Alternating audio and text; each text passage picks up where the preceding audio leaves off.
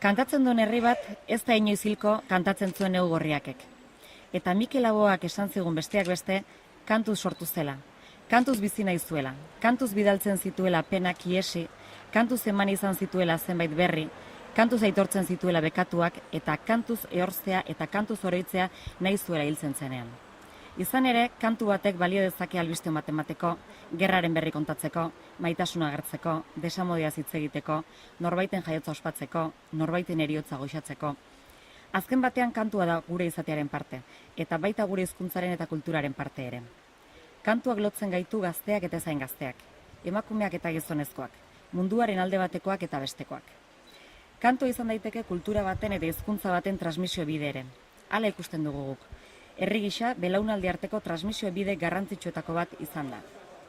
Eta horregatik antolatu dugu izan kantuz herri erronka. Ahotsez ahots, txandaz txanda, euskarazko kantuak bata besteari lotuz, munduan orain arte ikusi ezten bezalako herri erronka. 2017ko azaroaren 10ean, arratsaldeko 6etan hasiko da erronka. Eta 26 ordu geroago, azaroaren 11an arratsaldeko 8etan amaituko da Zaldibiko herri antzokian.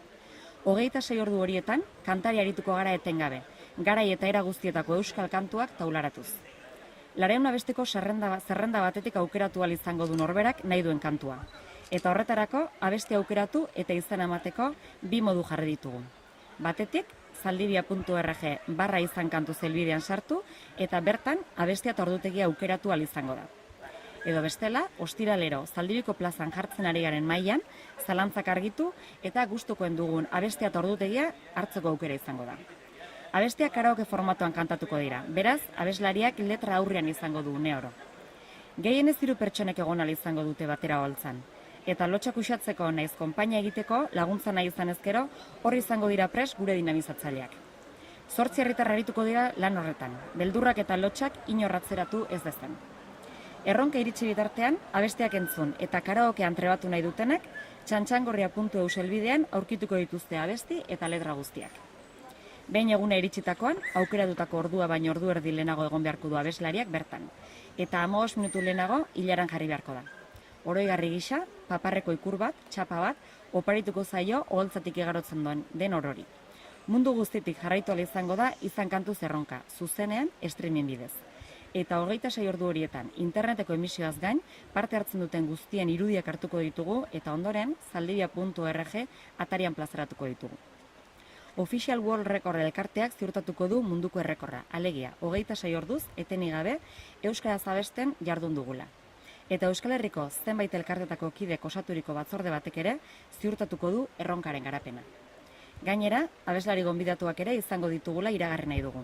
Gure kantagintzaren ardatz izan diren eta izango diren abeslariak ere, Zaldibian izango ditugu erronka berezionetan parte hartzen. Oraindik goiz bada ere, dagoeneko ondorengo abeslariak Zaldibian izango direla aurreratzeko moduan gaude. Zurine Hidalgo, Xabier Saldias, Porrotx, Mikel Marquez, Abarlotz, Naroa Gaintza eta Asier Gozategi taldekoa. Eskerrak eman nahi dizkiegu izan kantuz, erronka ondo atera dadin lanean ari diren guztiei. Ekimena diruz lagundu duten lantegiei eta egunean zehar bertan izango diren 26 zozketetako produktuak eta zerbitzuak eskaini dituzten Zaldibiko taberna, saltoki, enpresa zein pertsonei. Ez genuke ekimen eta ideia hau Zaldibin amaitzerik nahi, eta horregatik izan kantuz honen jatorrizko ikurra, Santi Ormetxea Zaldibitarrak zurez egindakoa, erronkari heltzen dion urrengo herriaren esku utziko dugu gure amaitzen.